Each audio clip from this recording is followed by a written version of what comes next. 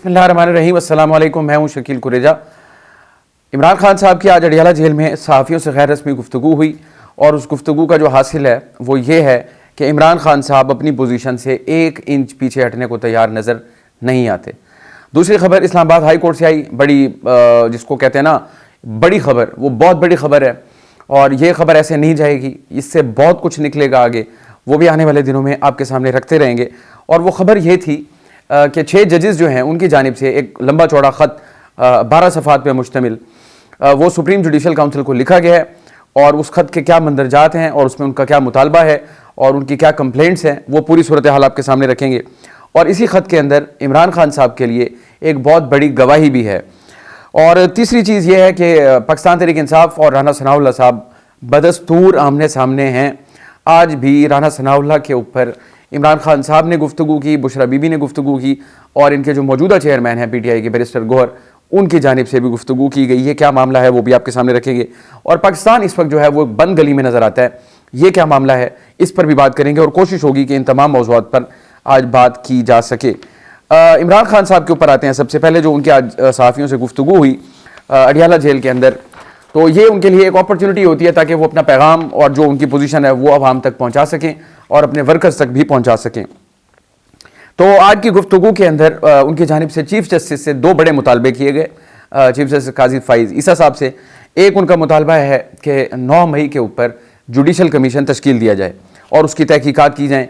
और इसी के साथ उन्होंने कहा कि चीफ जस्टिस साहब इस चीज़ का भी ऑर्डर करें कि जो फुटेजेस थी वो TV की हैं या CCTV की हैं, उनको भी रिकवर करवाया जाए और जिन लोगों ने वो फुटेजेस चोरी की हैं वही दर हकीकत 9 मई के ज़िम्मेदार हैं। तो इसके अंदर जो पैगाम उनका छुपा हुआ है, अब CCTV फुटेजेस कौन चोरी कर सकता है, किसका इख्तियार है, किसके पास इतनी एक्सेस होती है। तो उनका इल्ज़ाम बड़ा वाज़ेह है, उनका इशारा इस्टेब्लिशमेंट की जानिब है।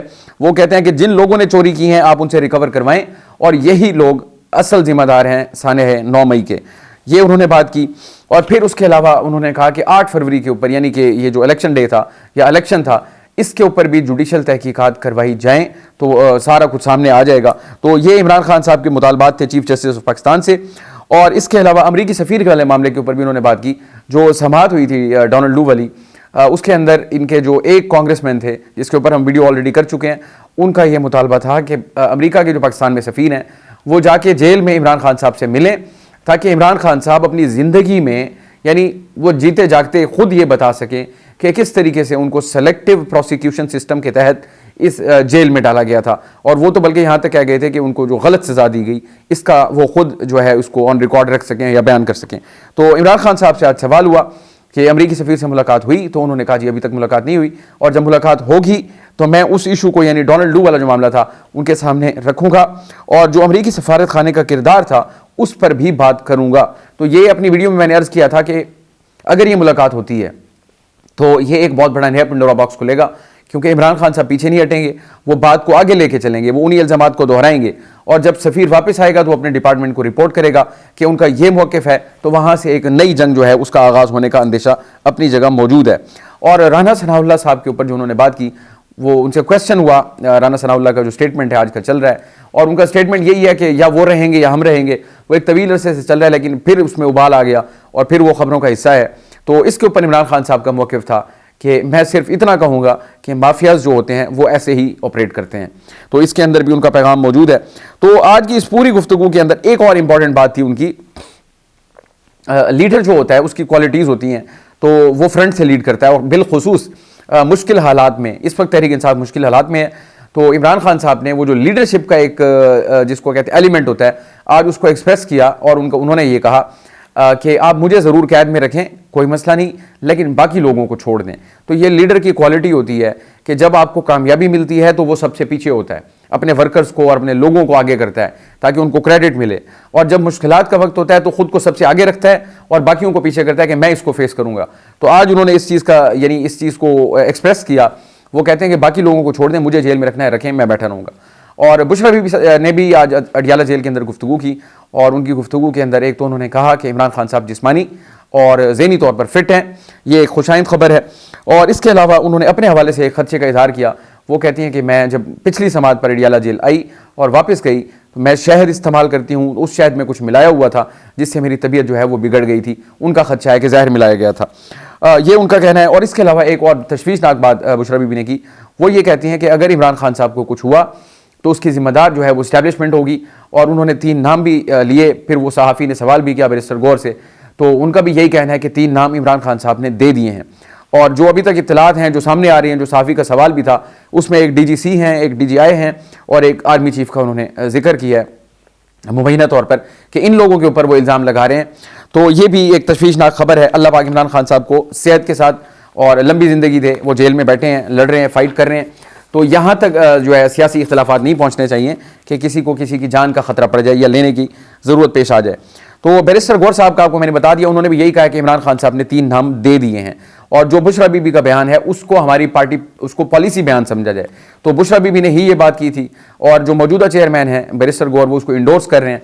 तो इसका मतलब है कि सूरत हाल जो है वो तशवीशनाक इस ज़िमन में है। तो ये बहरहाल आज की खबर थी। और इसी राना सनाउल्लाह के हवाले से इन्होंने भी गुफ्तगू की। इन्होंने कहा बैरिस्टर गौर साहब ने कि राना सनाउल्लाह मुतादिद बार कह चुके हैं कि या वो रहेंगे या हम रहेंगे, तो हम उनकी बात को लाइट नहीं ले रहे। और इसके ऊपर लाहौर, पेशावर, कराची और इस्लामाबाद FIR दर्ज करने के लिए हमने दरखास्तें भी जमा करवा दी हैं। तो ये भी आगे चल के मुझे लग रहा है कि एक नया कट्टा खुलेगा। तो वैसे बहुत सारे कट्टे खुले हुए हैं और मज़ीद खुलते चले जा रहे हैं। तो बंद गली में क्यों है इसके ऊपर मैं एंड पे बात करूंगा, जो मैंने आज का इशू रखा है। तो ये इनका एक मौक़िफ़ था। जो आज बड़ी खबर आई मेरे नज़दीक, वो बहुत बड़ी खबर है। उसकी वजह यह है कि वो पॉलिटिकल तो नहीं है, वो अदालती फ्रंट से है, लेकिन उसका जो अहम तरीन पहलू है वो सियासी है। हमारी अदालतों के ऊपर पहले भी इल्ज़ामात लगते रहे, मुतवातर लगते रहे, नवाज शरीफ के दौर में भी लगे, उससे पीछे भी लगे, फिर जो कुछ इमरान खान साहब के ऊपर हुआ, जो चल रहा है उसमें भी इल्ज़ामात लगते रहे। आज फिर जजेस जो हैं वो बोल पड़े हैं। आपको याद होगा शौकत सिद्दीकी जो थे, पहले जज थे, उन्होंने बात की, फिर वो बरतरफ हुए, फिर उनकी सज़ा का यहाँ कलअदम करार दे दी गई। अब उस फैसले के बाद आज जो ख़त लिखा गया वो इस्लामाबाद हाई कोर्ट के 6 मुअज़्ज़िज़ जजेस की जानिब से सुप्रीम जुडिशल काउंसिल को लिखा गया है। और वो ख़त शिकायत से भरपूर है। उसमें कुछ दीगर खतूत जो पहले लिखे जाते रहे वो भी उस ख़त का हिस्सा है। 12 सफ़ात इस ख़त के हैं और जो जिन जजेस ने ये ख़त लिखा उनके दस्तखत उसके ऊपर मौजूद हैं। और उसमें तारिक महमूद जहांगीरी साहब हैं, बाबर सत्तार साहब हैं, उसके अलावा सरदार इजाज़ इसहाक खान साहब हैं और अरबाब मोहम्मद ताहिर साहब हैं और समन रफ़त इम्तियाज़ साहिबा, ये भी उनमें शामिल हैं। जबकि इंडोर्समेंट जो है वो 2 जजेस की जानिब से है, जस्टिस मोहसिन अख्तर कियानी, और वो नेक्स्ट चीफ जस्टिस बनने वाले हैं इस्लामाबाद हाई कोर्ट के। और इसके अलावा जस्टिस मियां गुल हसन औरंगज़ेब, वो भी, उनकी भी इंडोर्समेंट इसको शामिल है। तो आप इसको यूँ कह सकते हैं कि ये 7 जजेस की तरफ से एक बहुत बड़ी कंप्लेंट है जो सुप्रीम जुडिशल काउंसिल को भेजी गई है। अब सुप्रीम जुडिशल काउंसिल के सरबराह जो हैं वो काजी फ़ाइज़ ईसा साहब हैं और उनके साथ जो नेक्स्ट प्यूने जज हैं वो जस्टिस मंसूर अली शाह हैं। वो भी बड़े यानी इनक्रेडिबल जज हैं, उनकी क्रेडिबिलिटी भी बहुत है। काजी फ़ाइज़ ईसा साहब का अब ये बहुत बड़ा इम्तहान होगा, क्योंकि जो इसमें कंप्लेंट आई है वो कंप्लेंट ये है इन जजेस की जानिब से। अगर कोई एक जज कहता, कोई 2 कहते, 3 कहते, 6-7 जजेस की जानिब से बैक वक्त एक शिकायत का वहाँ पे आना, ये अपनी जगह पे एक बहुत बड़ा जो है एक नया पेंडोरा बॉक्स है जो खुलेगा। और आने वाले दिनों में देखना होगा कि इसके ऊपर मामला, ये अदालतों का भी इम्तहान है, यानी कि हाई कोर्ट का भी, सुप्रीम जुडिशल काउंसिल का भी और चीफ जस्टिस साहब का भी। तो देखना होगा कि इसके ऊपर मामला आगे कैसे बढ़ता है। अब जो इनकी जानिब से खत लिखा गया, उस खत के अंदर उन्होंने कहा कि अदलिया में खुफिया इदारों की मदाखलत और जजेस पर असरअंदाज होने पर जुडिशल कन्वेंशन तलब किया जाए। यानी उनका क्या कहना है कि अदलिया के ऊपर एजेंसीज के लोग जो हैं वो मदाखलत करते हैं। मदाखलत यही होती है, वो कह सकते हैं कि ये फैसला इस तरह नहीं, इस तरह करना है, इसको सज़ा देनी है, इसको नहीं देनी, इस केस को ऐसे चलाना है, इस केस को ऐसे चलाना है। तो ये वो मुमकिनात होती हैं जिनके ऊपर माजी में भी गुफ्तगू होती रही और हाल में भी हो रही है। पहले ऐसा होता था कि जजेस रिटायर होकर बोलते थे, जैसा कि आपको याद होगा नसीम हसन शाह का बयान जो उन्होंने एक इंटरव्यू के दौरान दिया, वो जुल्फ़िकार अली भुट्टो के हवाले से।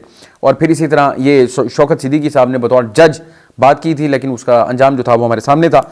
अब 6 जजेस ने ये अलम उठा लिया है। देखते हैं इनका आगे क्या बनता है। खत में आगे वो लिखते हैं, खत लिखने वाले जजेस ने दबाव की कोशिशों पर 2023 और 2024 में जो खतूत लिखे थे उनको भी इस खत का हिस्सा बनाया गया है।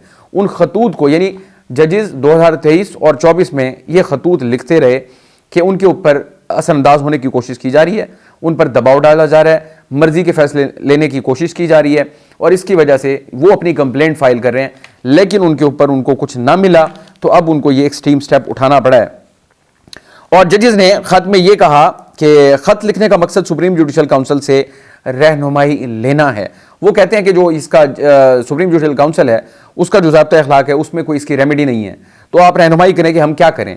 उन्होंने रेफरेंस दिया फिर जस्टिस शौकत अजीज सिद्दीकी वाला, वो कहते हैं कि जो कुछ उन्होंने कहा था उसके ऊपर भी तहकीकात की जाए। यानी कि मौजूदा ये वाले 6 जजेस जो हैं वो शौकत अजीज सिद्दीकी के मौक़िफ़ की तस्दीक कर रहे हैं और वो ये कह रहे हैं, मुतालबा भी कर रहे हैं। शौकत सिद्दीकी साहब खुद भी मुतालबा करते हैं कि जो मैंने कहा उसके ऊपर तहकीकात होनी चाहिए। और अब ये 6 जजेस भी कह रहे हैं कि उनकी तहकीकात होनी चाहिए, यानी अब वो वाला इशू भी इसके साथ यानी क्लब हो जाएगा। इसके बाद आगे वो आते हैं, खत के मतन के मुताबिक उस वक्त के आर्मी चीफ और वफाकी हुकूमत ने जस्टिस शौकत सिद्दीकी के खिलाफ केस किया था। जस्टिस शौकत सिद्दीकी के अदालती अमूर में मुदाखलत के इल्ज़ामात की तहकीकात कराई जाए और उन्होंने खुद भी अपने ऊपर लगाए गए इल्ज़ामात की तहकीकात की दरख्वास्त की। यह भी खत का हिस्सा है। और इसके अलावा अदालती अमूर में इस तरह की मदाखलत को धमकी के तौर पर लेते हैं। जजेस के बारे में यही कहा जाता है कि वो फैसला तभी कर सकते हैं जब उनके ऊपर दबाव ना हो, इम्पार्शल हो, कोई प्रेशर ना हो, कोई आर्म ट्विस्टिंग ना हो, कोई धमकी ना हो, ना उनको ना उनकी फैमिली को, तो तब ही वो एक जो ऐसा वो इंसाफ का निज़ाम बन सकता है जिसके ऊपर कम से कम लोगों को शिकायत हों। लेकिन अब जज बोल रहे हैं, इसका मतलब ये इंतहाई सीरियस सिचुएशन है। और उसके बाद आगे वो ये कहते हैं कि अब आता है मामला गवर्नमेंट का, कि गवर्नमेंट इस एम्बिट में कैसे आ रही है। अब वो ये कहते हैं कि सुप्रीम जुडिशल काउंसिल की गाइडलाइंस में इस तरह की मदाखलत के खिलाफ कोई रहनुमाई नहीं मिलती। अब सवाल उठा रहे हैं, क्या जजेस को धमकियां और दबाव में लाना या ब्लैकमेल करना हुकूमती पॉलिसी है? इसके ऊपर मैं आपको अर्ज कर दूं, एजेंसीज जो होती हैं वो हुकूमत के अंडर होती हैं।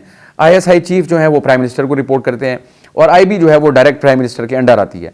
तो इस तरीके से वो रिपोर्ट तो हुकूमत को करते हैं। तो अब इनका ये कहना है कि क्या ये हुकूमती पॉलिसी है कि जजों को ब्लैकमेल किया जाए, उन पर दबाव डाला जाए, उनको धमकी दी जाए? तो ये अब हुकूमत के ऊपर भी एक इल्ज़ाम आ रहा है सामने। और आगे ये कहा जा रहा है, क्या सियासी मामलात में अदालती फैसलों पर असरअंदाज होना हुकूमती पॉलिसी है? जजेस पर दबाव, सियासी मामलात पर फैसलों पर असरअंदाजी की तहकीकात होनी चाहिए। अब वो तहकीकात का भी मुतालबा कर रहे हैं। इस पर भी मैं नुक्ता रख दूं, जो ये खत लिख रहे हैं तो डेफिनेटली उनके पास सबूत भी मौजूद होंगे। अब अगर वो तहकीकात का मुतालबा कर रहे हैं तो इसका मतलब है उनके पास सबूत मौजूद हैं। तो इस चीज़ को मैं आपको दोबारा कह रहा हूँ, ये लाइट चीज़ नहीं है। ये जजेस की जानिब से आई, 1 नहीं, 2 नहीं, 4, 6 जजेस, और वो शौकत सिद्दीकी के मौक़िफ़ की भी तस्दीक कर रहे हैं, ख़त भी लिख चुके हैं सुप्रीम जुडिशल काउंसिल को।